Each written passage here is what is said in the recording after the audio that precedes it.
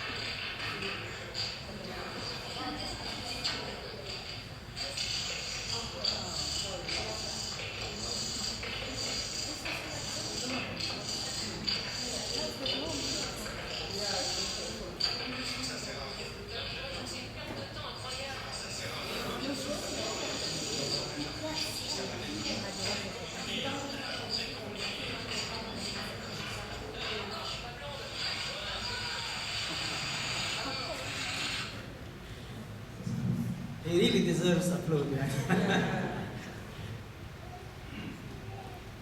So, what do you think about this? How do you feel about what you saw? This is what they call the domino effect. What does it want to say? Please. Yeah, all of that happened.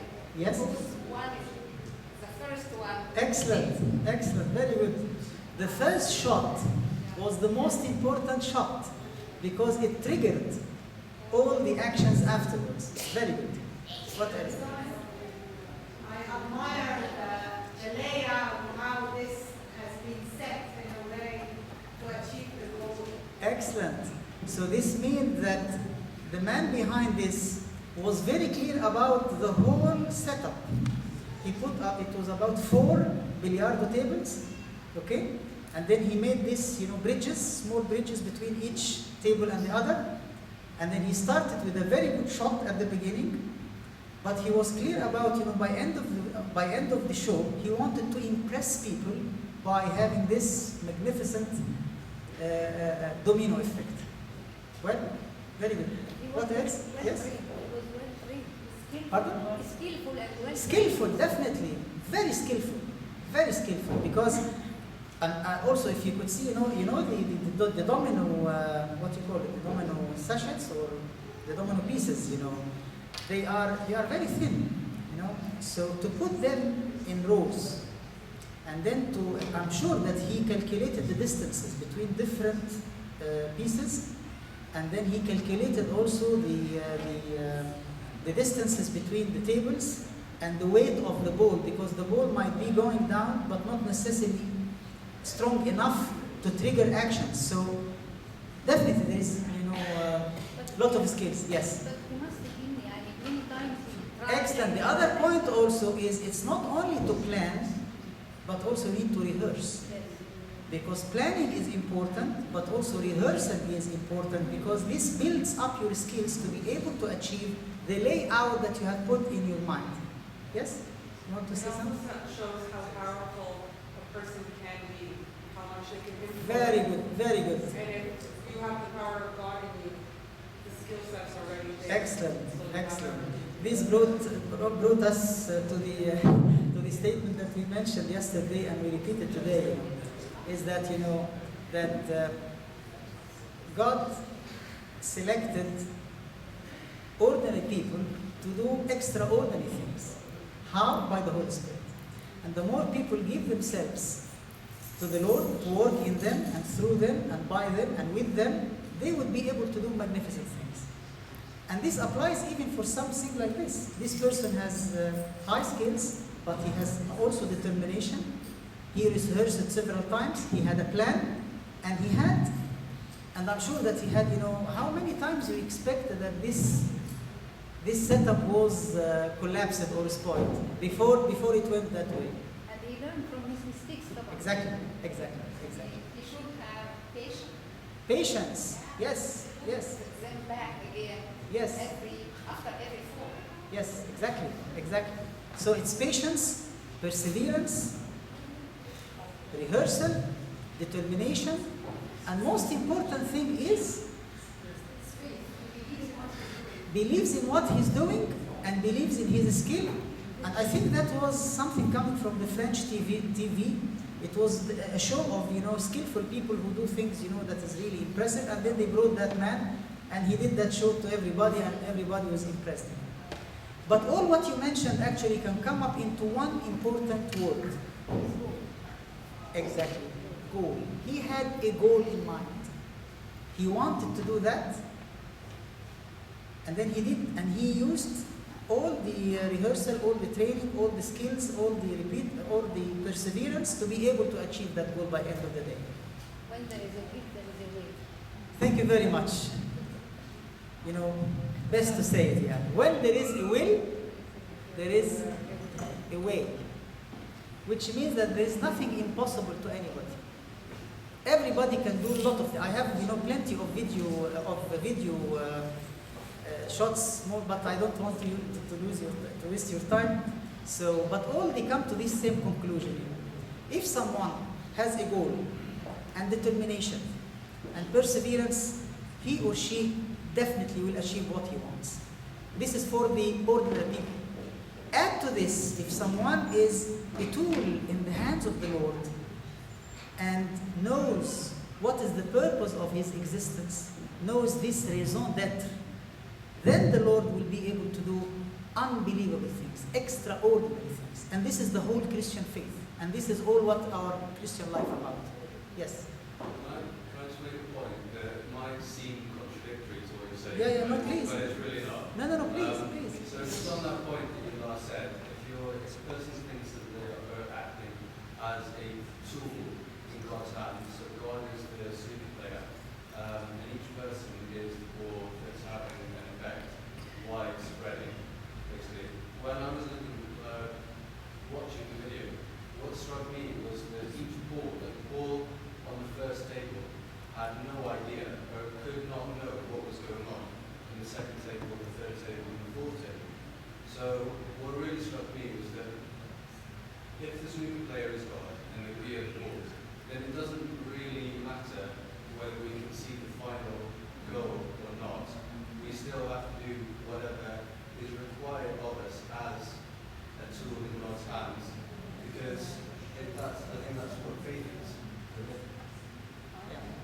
Thank you very much. This is very smart point, and thank you for erasing this. Okay, go ahead. And if you like to reply to him, then we have very interesting debate. Yes, please. Like I think when we say goal, like the definition isn't a certain outcome that you're expecting to happen in the short goal. I think we goal in the terms of vision. Like in the book of Hosea, it says the people without a vision perish, and so it's not the sense of I have an outcome as my goal, but in the sense that I know my purpose. I know not necessarily what God is calling me to do, but who God is calling me to be, and that's because if you don't have that vision, then how are you going to know where what you're working towards, and or who to hang out with, or what kind of conversations to have that you don't have a clear vision, and then you can end up anywhere. That's why people that perish. But we can reconcile both. We Yes. say that God has a goal for each one of us. And Yes. He Yes. is the player, yeah. And Yes. sometimes we don't know where we're going. But also, each one as a leader should have a goal in the way every person has a role. Very good. Every piece has a Very good. Very good. Actually, you are raising the question that I wanted to address here. So thank you very much, because you raised a very important and very critical, it's not a philosophical question, but this is a fundamental question to each and every one of us. How to reconcile God's purpose for me and my purpose for my own life. Sometimes they seem to be apart. And sometimes, and in many of our prayers, we ask the Lord not to have our will, but His will in our lives. But we don't know exactly how this can be materialized, how this can happen, how we can be sure that we are living the life that the Lord has, even if we don't see what it will end up with. It's a difficult question, because these are the question of life destiny and life path. What we're going to do now is we'll try to address some of these questions, and I hope by end of the presentation we might have some answers. So, and if not, please raise it again, and then we can conclude with clarity. Well, let us start the story from the beginning. The path of a spiritual leader. We are still talking about spiritual leader. We are still in the arena of Christian leadership. Let us look at this U shape. Suppose that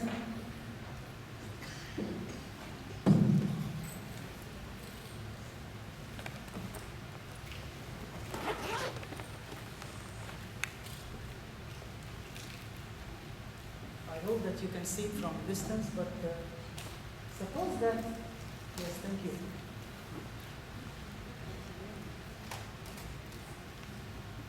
Today in the morning when we were coming to the church, Abuna didn't sleep last night as usual more than 3 hours. So in our way to the church, at some point he said, oh wow, then I have to turn back. And we were coming, in a hurry, because we felt that we are a bit behind and we had to be here at 7, at 8, and the time was not really. So I felt that after he went in a certain path, and obviously he didn't go into the right direction. So the first thing he had to do to be able to go back to the right direction is to do what? To take a U-shape, a U-turn, sorry. So the first U-turn he took the car, and then he moved around, and then he corrected his path to reach to the church. Sometimes we do this. And the question starts, where are you today? A person who is living a life away from Christ might be in a certain point that he is living on his own, outside Christ, having difficulties with anger, worries, frustrations, difficulties, despair, sins, until he finds a way or a point that he feels that he cannot no longer go in the same path. He has to change. He has to make a U-turn. And U-turn starts with surrender, spiritual surrender. Meaning, in spiritual terms, repentance, a decision to turn the life to be Lord's life, Lord's ownership. He owns my life, He owns my way. and start to submit, to surrender, so that He from that moment takes my life in the way He wants me to go. And once I start in this surrender stage or phase, I start to recognize or identify that all the skills or talents or possessions or anything I have, actually I don't have it for myself, it is the Lord's one. And I am entrusted to have these things to serve Him. So I am a steward. I don't have my soul, I don't have control over my body, over my spirit, over my heart, over my even. If the Lord brought me a wife, children, a job, possessions, a car, a house, anything, social networks, friends, all of these things, I start to see these things from His eye. So, and I start to feel that, these are sorts of talents that I am entrusted to. And from that moment, I feel that I have to behave like a steward. And then stewardship starts to reflect myself by starting to serve. Because if I don't have these things and they belong to Him, then I have to use them for the glory of His name. And then starts my inevitable engagement in the church in a service. Not necessarily traditional service, but any kind of service. Because all what I have, money or degrees or position or job or wife or family or anything, actually I'm entrusted and I have to serve others through these possessions. And by doing this, I will start to have real significance in my life. So these 4 S's actually summarizes this path of a spiritual leader. Starting from surrender, because this is the right point of start, followed by stewardship, followed by service, and followed by significance. And to tell you the truth, it won't go only in this simple way and this simple direction. Actually, it's a reiterative process, because we need every day to surrender. We don't come at a certain point and I said, I surrendered in the past and now I don't. No, you need to surrender every day. You need to renew your commitment to the talents that the Lord gave you as a steward every day. You need to serve every day, and you need to make significant change in the lives of others and yourself on a continuous basis. So this is the path of a spiritual leader. This is what you are today, and this is what you would like to be. And it is only you that can make this decision. Nobody can take this decision for you. You might be preached, you might be advised, you might be informed, but by the end of the day, you are on the driving seat, and you decide whether you want to go to that U-turn or you continue in the direction you are. That's why there are 4 fundamental questions in life. The first question about surrender. Am I ready to live for God completely? Am I ready to be who God made me to be? Am I ready to use my life to impact others? Am I living the life God created me to live? These are the 4 questions that relate to the surrender, stewardship, service, and significance. And again, they are continuous questions. You need to ask yourself these questions every day to ensure that you are in the path of not me, but you, Christ. And as St. Paul said, I live, not me, but لأحيا لا أنا بل المسيح يحيا فيا. I live no more, but Christ lives in me. Christ lives in me. And this change is I live no more, but Christ lives in me.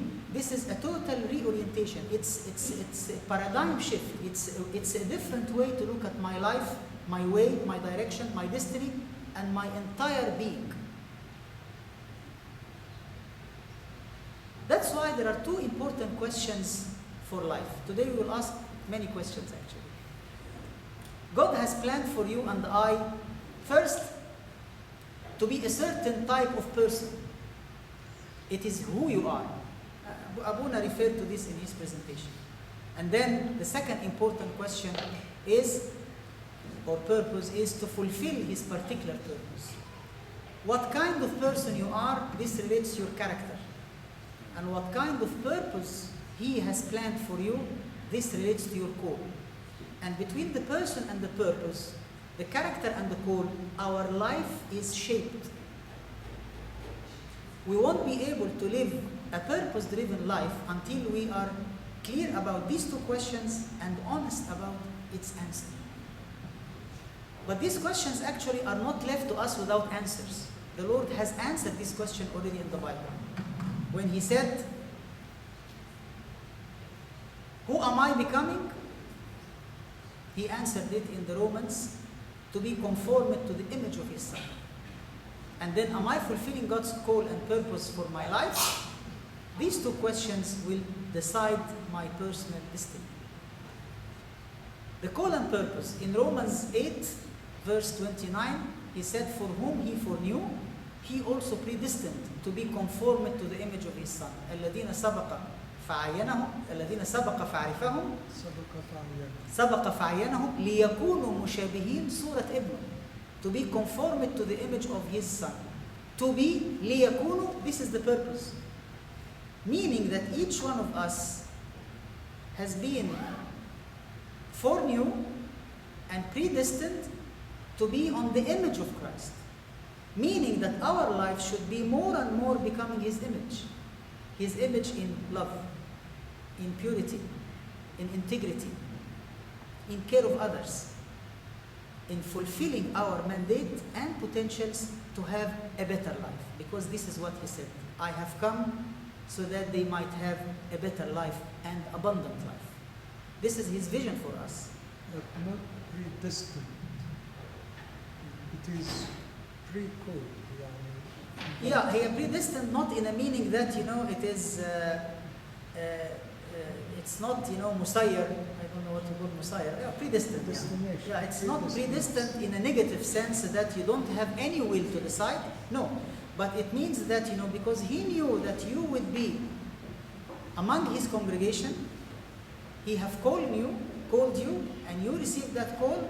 That's why He has a very wonderful plan for each one of you. In Ephesians, He said, "In whom also we were made a heritage, having been foreordained according to the purpose of Him who works all things after the counsel of His will." Being foreordained according to the purpose of Him. So the feeling of a purpose or a sense of direction or a reasoning, God is very reasoning. He doesn't do things just without. You have been created and came to this earth for a purpose. It didn't come by chance. We believe that each one of us is here in this church, in this very moment, for a purpose. We are here in UK for a purpose. We could have been somewhere else. You could have been born up in another place, in another religion. But there is a purpose behind everything. And the entire life is try to identify what is that purpose for me and how could I fulfill that purpose in a fulfilling life. The Ephesians, in the epistle to the Ephesians, he said, "For by His act we were given existence in Christ Jesus to do those good works which God before made ready for us so that we might do them." Again, the sense of purposefulness and direction. Now, let me tell you an interesting story. Someone was walking in a desert place, and then he found from a distance a place for building. Some workers are doing, buildings. عمال بنا يعني بيبنوا. And then when he approached them, he found something very interesting. He found that 3 workers were working one beside the other, doing the same thing, exactly the same thing, having some bricks, and they are trying to put the bricks all together and fixing them together. But each one of them had a different mood. The first one was very upset, seemed to be very bored, and he didn't want to speak to anybody. So he approached him and he said, "May I ask you a question? What you are doing?"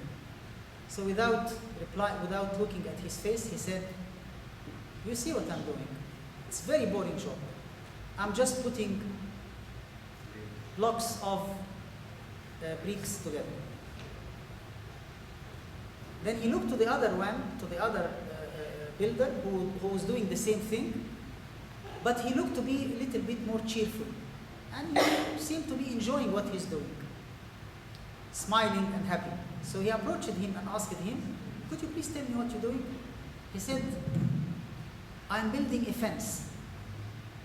He looked around, he didn't see any fences. He said exactly what was the other guys doing. And then he saw the third person was just flying, singing, enjoying his work, doing it with full enjoyment. And he was very busy. He didn't want to waste his time. So I approached him, he said, I noticed that you are very busy, I don't want to waste your time, but just one simple question and you answer me. Could you please tell me what you are doing? And then the guy looked at him, smiling happily and said, I am building a cathedral. Question, why? Why there were differences between the three people who are apparently they're doing the same thing? Yes? Different goals. Different vision. Different vision. Thank you, Abuna, and thank you, Andrew. Because each one saw something behind what he's doing, so that gives each one of them a different sense of satisfaction. The first one was obviously didn't see any goal behind what he's doing, so that's why he felt bored. And we won't be surprised if after a couple of hours he would have left. Why? Because it's very boring. He doesn't see anything beyond what he's doing. So why should he bother? It's a hot day. It's a sunny day. It's a tiring job. Why he would continue? The other one could see something bigger, so he was a little bit more enthusiastic. But the one who had the full joy and enjoyment, the one who could see something very big. It's not just a goal of building a fence, but a very long-term vision of having a big cathedral. Do you expect that that person may live to see that cathedral with that beautiful architecture after its completeness? We don't know. Maybe, maybe not. Because he might be starting to do these building blocks, but someone else might see the cathedral after being finished. But he was watching this cathedral where? In his mind. He could have closed his eyes and see that cathedral being in front of him, built already. And that's what kept him motivated to continue do the job. You see what I mean? Now the question is, what are you building? Are you building just blocks or fence, or you are part of building cathedral? This is a very important question, especially for us as servants. Why you come on Sunday morning for Sunday school? Is it because you have some obligation? You will be embarrassed if you don't come because Abuna will be upset? Or you coming because you want to see some friends? Or to spend some nice time, some social gathering? Or do some outing? Or because you love, the kids and you want to spend some time with them? And all of these things are not bad at all. But what would make difference between you coming to the Sunday school just to do some work that you don't see beyond Sunday school, and after 1:30, khalas, it's finished, and then we go back to our normal working week? Or you are coming because you feel that you are part of the group that is contributing to the building of Kingdom of the Lord in England, investing in those young kids. You are coming because you see in each of one of these kids will be someday a Christian fellow in the church. You will see one of these kids, another Sir Magdy probably, or another name, any people here that you are proud of. Or you see this person is contributing to the ministry or to the service of the church, or doing something that goes beyond just Sunday school. What is your vision for your ministry? If you feel that you are part of bigger thing and more meaningful thing, and you are contributing significantly to something that you might not see by your eyes today, but you have the faith that it will happen sometime in the future, you will come every Sunday with a different feeling. So this is very important. The raison d'etre that we referred to earlier is very much implicit in the purpose of what you're doing just in 1 week. Because you see the long road, the long-term objective, you see the road, you see the path. What you are building or what you are contributing to building is very important. You might not have the vision yourself, but you know that someone else has a vision which is clear to you, and you want to be part of that vision. And I'll tell you something, it might seem to be a personal issue, but forgive me if I say it, but I want to say it. Why I'm here today? I have a very busy schedule in Egypt. But I came for these 2 weeks here and in Stevenage next week because I feel that I'm a part of a bigger vision led by the Pope. The Pope these days wants to make some sort of reforms within the church. A church to be more effective institution, to be more effective, more efficient, to have more vision, and try to build up the church from within, building on all the successes of the predecessors, the great popes that we had, Pope Kyrillos and Pope Shenouda. And now in this era, the church has been spread all over the country, all over the world. All 6 continents had now hundreds of churches.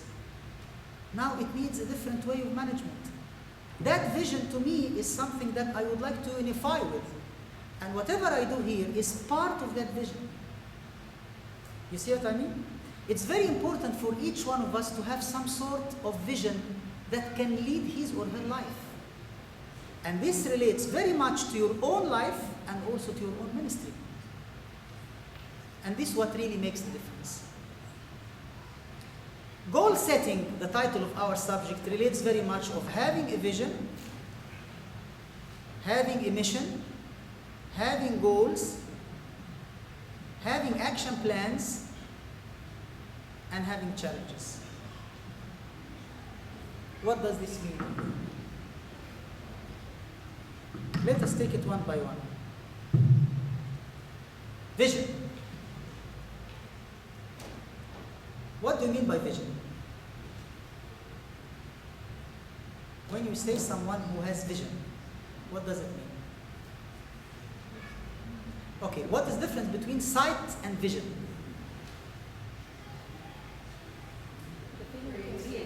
Sight is something you see, okay?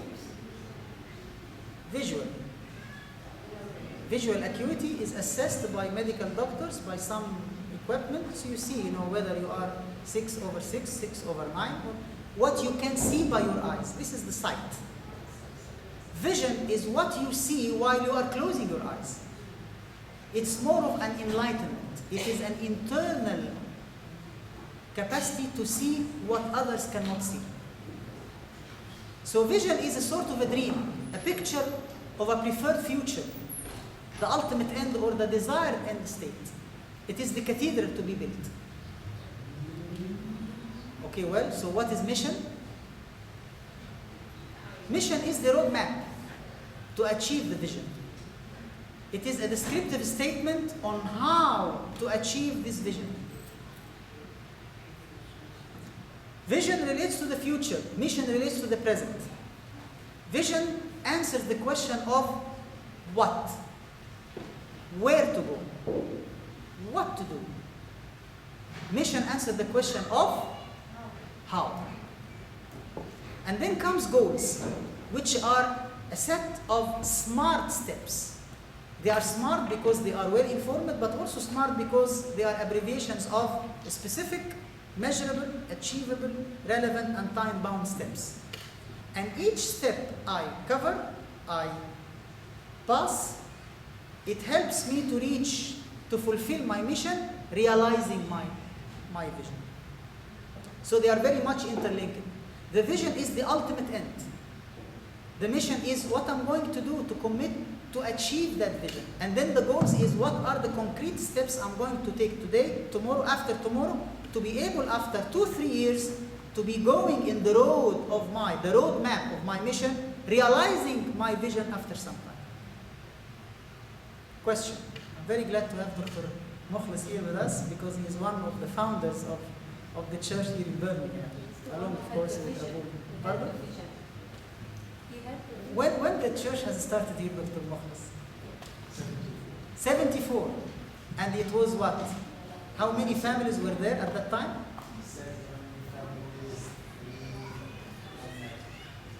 7 families and 3 singles. And now, how many families? Countless.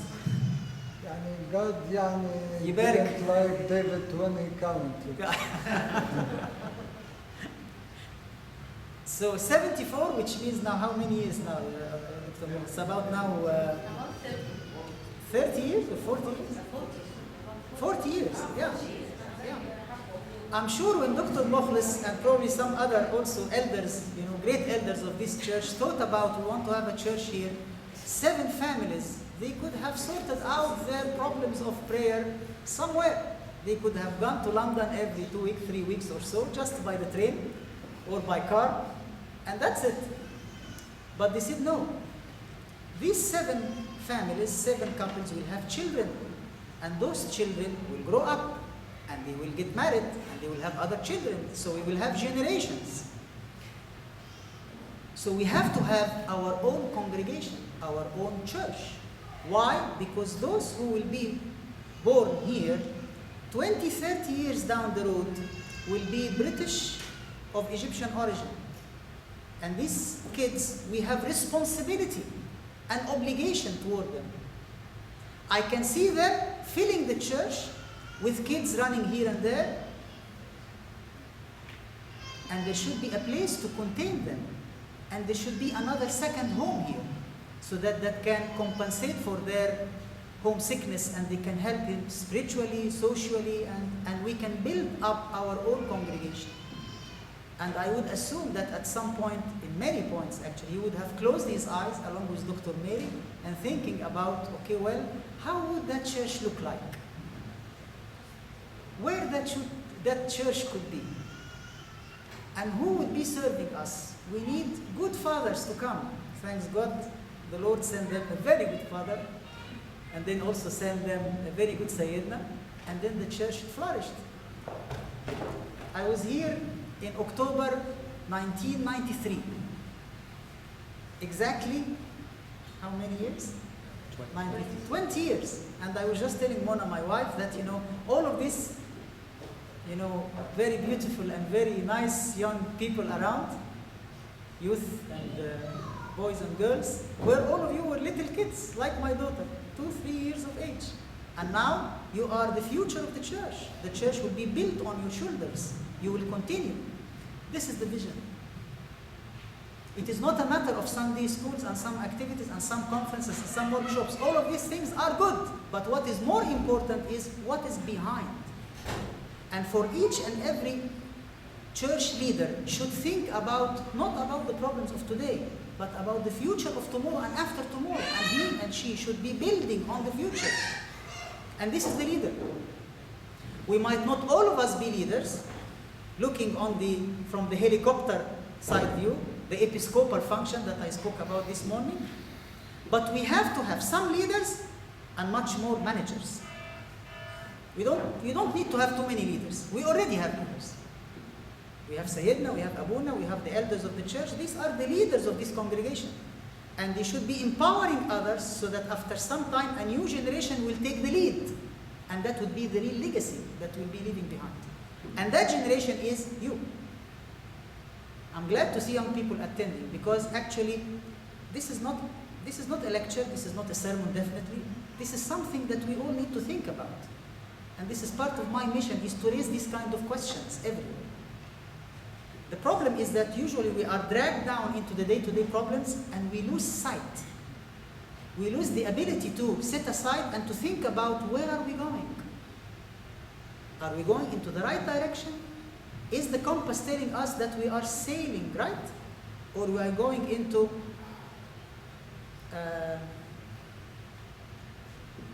difficult times? 10 years from now, what would the church look like? What would the congregation look like? What kind of problems and challenges our kids and younger kids will be facing? And how to prepare them and prepare the church for that point?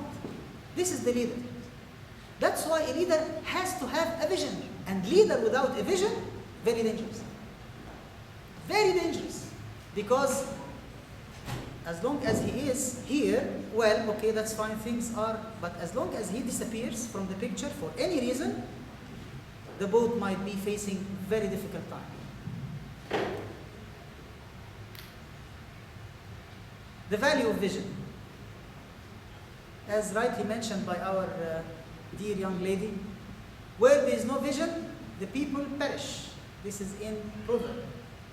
And in Habakkuk, one of the beautiful books of the Old Testament, when he raised that question to the Lord, and then the Lord promised to answer him, and that dialogue between him and the Lord said, it was documented in Habakkuk 2, when he said, I will stand upon my watch and set myself on the tower and watch to see what he will say to me. Look at the, I watch to see what he will say. To see what he will say. Usually when someone says something, you hear it. You don't see it. But if you have a vision, the seeing and the hearing are very much linked together. What he will say to me and what I shall answer concerning my complaint. And the Lord answered me and said, hear what he said to him. Write the vision and make it plain on tables, that he may run who reads it. For the vision is yet for the appointed time. But at the end it will speak for itself, and it will not lie. Though it tarry, wait for it, because it will surely come. It will not delay. He promised him, as long as you are looking for a vision, it will come. Be patient, it will come. I will answer your question, Habakkuk, don't worry. As long as you are on the tower, so you are positioning yourself to receive the vision. The problem is sometimes we don't position ourselves. We don't put ourselves in the atmosphere that is ready to receive the vision from the Lord. Because actually it's his vision, it's not my vision. As servants of the Lord, we don't own our own visions. We are entrusted vision of the Lord for ourselves, our families, and our congregation. And we make our life missions to fulfill his vision. This same question applies to each one of us. And this is a difficult question.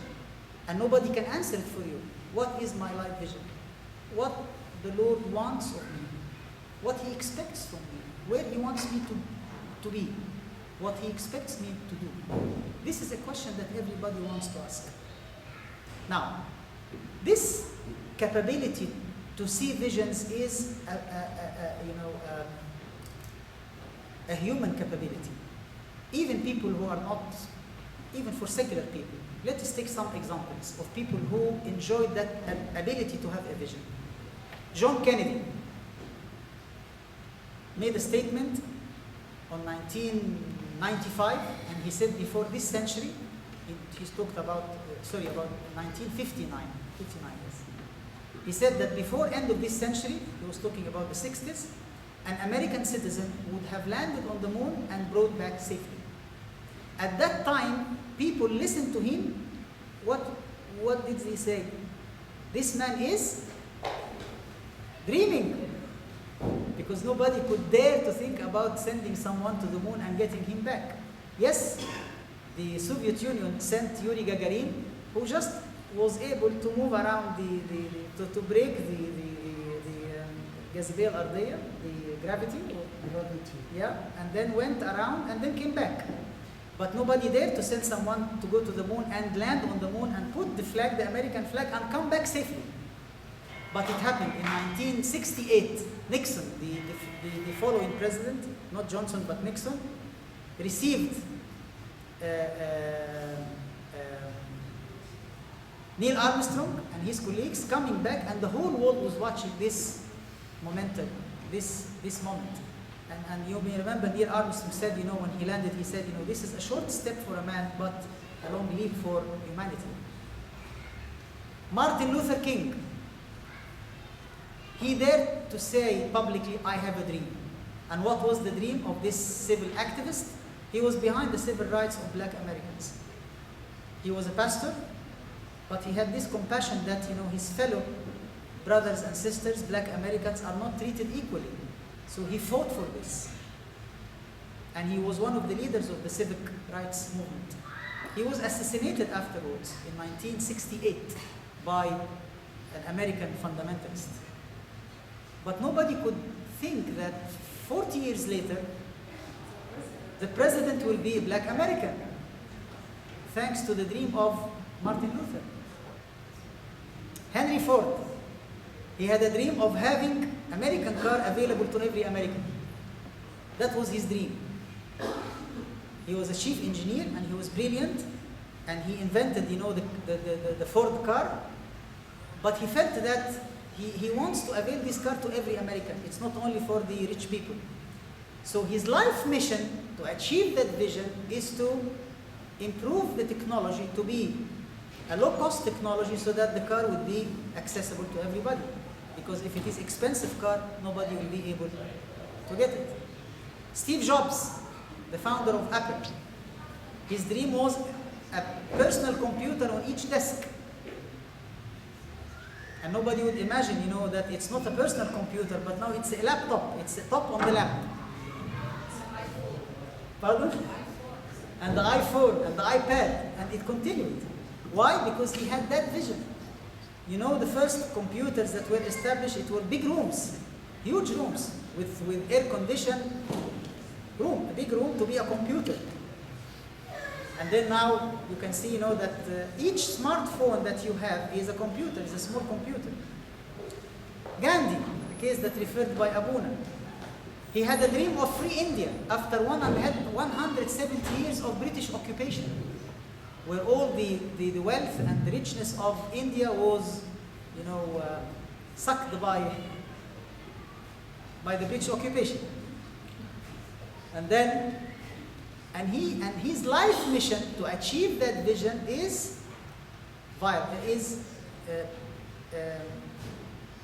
peaceful, Fasting. fasting and asking for العصيان المدني, civil العصيان المدني. Civil rights and asceticism. Civil ولا بالعربي. العصيان المدني.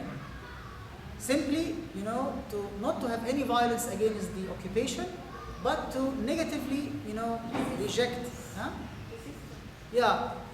It's peaceful rejection, peaceful resistance. And he ended up of having, in 1947, it was freed from the British occupation, and now India is one of the major or the mega economic powers in the world. Mother Teresa, she said, I see Jesus disguised in each one of them. That was her vision. And her life mission is to establish the missionaries of charity, and now there are thousands of nuns, same appearance, everywhere on the globe, serving people without discrimination and without even having any purpose of converting them to be Christian, just love of Christ to the humankind. But there are also people who had some visions which were disastrous, like this guy.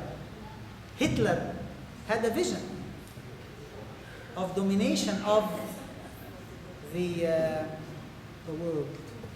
Domination of the world by the Violence and power. so the Nazism, and it ended up into disasters. Okay, these are the people in the world, but what about people of men? What were the God-given vision? Noah did not have a vision about the flood. We can't say that he had a vision that there will be a flood, but it was a vision of the Lord that was conveyed to Noah And Noah, because he was a righteous person, he accepted to take the responsibility of announcing this to everybody and calling people to go back to the Lord, to repent, so that they can be saved from the flood. So the survival of the great flood was his life mission. And what was the immediate goal that he kept reminding himself and kept all the time before his eyes was what? Building the ark. So the vision is that a new life will start, and you, Noah, will be responsible for making this happen. How? The Lord? It will be through the survival of the great flood. And you will be staying for how many years? He waited until that flood came. 120 years. He was calling and advocating for it until it came. And when it came, unfortunately, how many people were saved? Only 8 people. It's his family. Moses, his life mission was liberation. His vision was liberation, and that was again conveyed from the Lord. And what was his life mission? Exodus. He spent all of the last 40 years of his life to lead the Israelites to leave Egypt, to depart from Egypt going into the promised land. And the 80 years before was preparation by the Lord to help him take that leading position. 40 years in Egypt to learn their culture, their language, to be up to the level of daring to speak tete-a-tete with the Pharaoh, and 40 years to learn how to be pastor in the desert, so that after those 8 years he was ready to be able to lead the Israelites. Joshua his life mission was leading the Israelis to the promised land. So Moses, his life mission was exit, and Joshua was entry. Nehemiah. Nehemiah. His life mission was building a nation through building a wall. And the purpose or the goal that behind him is just before him was building the wall. Paul, evangelizing the Gentiles. Okay. And that was his life vision and mission. He summarized it in a beautiful way in the Acts 20:24 when he said, "None of these things move me, nor do I count my life dear to myself, so that I may finish my race with joy, and the ministry which I received from the Lord Jesus, to testify to the gospel of the grace of the Lord, of God." That was his life mission, testify the grace of God, the grace of God. Vision, mission, goals, activities, and services. This is very important pyramid to be visually clear to us. The vision is the ultimate end. This is the final destination. This is where we want to see our people and ourselves ahead of us. Our mission of life is to reach that vision. How? By having goals, and for each goal we will have a lot of activities and services. The more you go down, the more of activities and services and building blocks in that pyramid. Question: how much time and effort we spend in that pyramid? Where our efforts and time usually go? To the top or to the bottom? Bottom. We don't think much about our goals, our missions, and it's almost very unlikely that we think about what is our vision behind this. A good church is the church when you ask any member of the church is, what is your vision for the next 10 years? What do you expect? What you dream of? And the second question, well, if that is your vision, so what is the mission of the church then? How the church is going to achieve that? And then the third question, okay, tell me, what is your goal in the next year? And then I don't need to ask what are your activities, because I know there are a lot of activities. We spend a lot of our time and effort in too much activities, too many activities, here and there, which is not bad. But the risky thing is to have too many activities not interlinked together into one goal. It will be like an orchestra having excellent players, but no conductor, no note. So by end of the day, you hear what? Noise, no harmony. This is something very serious, very important, because we can continue to do things in our churches which will take our time and effort and money, and do some good things. I'm not saying they are bad things, but their impact, their significant change in the lives of people and in the future will be questionable unless we have a clear answer to the question is, what is your vision? What you are dreaming of? What do you want this church to be? What are the needs of the congregation now and in the coming? And you need to think about that at each level. I'm not talking about Abuna or Sayyid, because I'm sure that they have some ideas about the visions or the missions of their church, but I'm talking about each one of us as leaders, because this course is for leaders. What is your vision for the kids you are serving in Sunday school? What your vision for the youth that you are serving? What is your vision for the different sectors of the activities of the church? What do you think about it? How do you see it? What are the real challenges they are facing now? And how are we going to address these challenges? What are the challenges you are going to expect to see after a few years to come? And how to address them now? What to do now to address the challenges coming tomorrow? Was Jesus following that model? I'm going to finish now. I'm sorry for taking a little bit more time, but I just want to finish my mission. Jesus presented a very good model of a purpose-driven life. How? He had very clear vision. He had very clear and well-stated mission. He had one main goal that he kept following. And then he had many activities to do during these 3.5 years he spent. But all of them were interlinked together toward the goal to achieve his mission, to realize his vision. That was very clear. And if we take it just very quickly, and he made it very clear when he said, I came that they may have life and have it abundantly. جئت من أجل أن تكون لهم حياة ويكون لهم أفضل. فالحياة الأفضل, the better life, is his vision. That life that was taken out from us by fall of Adam, he is coming back to restore it again, and even giving us a better life than even the one that we were promised at the beginning of creation. This is his vision, to have beloved human being around him and with him enjoying his presence. This is his vision, and he came to realize it. What was his mission for these 3.5 years? He announced it when he said, the Spirit of the Lord is upon me, because he has anointed me to do what? To proclaim good news to the poor, to proclaim liberty to the captives, and recovering of sight to the blind, to set the liberty those who are oppressed. This is his life mission, and he did it exactly as what was prophesied in Isaiah. And he didn't forget his goal. What was the goal of Jesus that he never forgot all the time?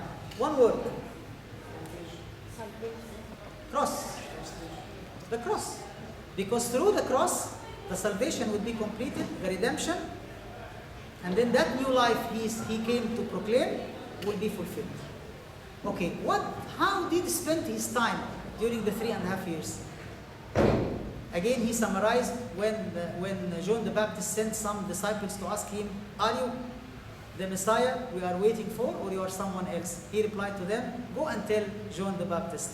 The blind receive their sight, the lame walk, lepers are cleaned, and the deaf hear, and the dead are raised up, and the poor have good news preached to them.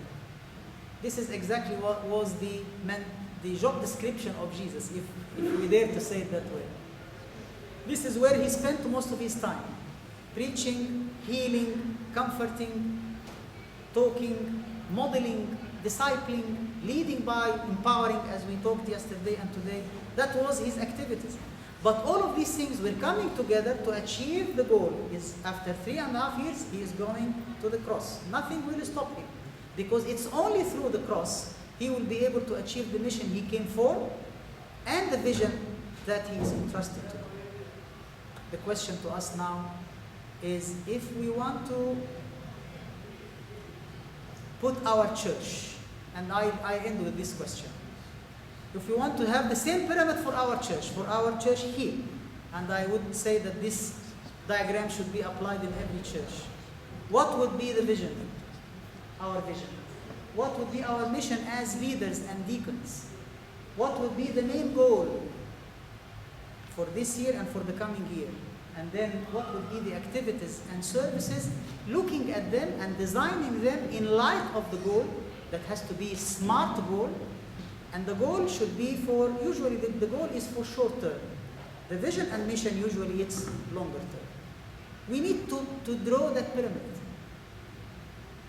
And I may dare to say, and forgive me for what I'm going to say, because I'm a guest, so I stay a couple of days and then I depart, I leave, I run, I flee, that it's golden opportunity. You are coming now into a new land. This was the first time to see this beautiful place, because in the past I used to go to this small church in Saliha, right? But this is a new place here. You have beautiful land, beautiful place, beautiful landscape, and you have a very wonderful new generation now. They are the leaders of the church in the coming 20, 30 years. I'm impressed by them. They are very nice people, well educated. They love the church, they love Christ, and they love one another. So this is a new era for this church. Think about it. What do you want to be? What do you want to have in the coming 20, 30 years? Do you want to have a new building, a new church, a new activity, a new plan? What do you want to do? It's in your hands. And the Lord definitely will bless it, because it will glorify His name and His church.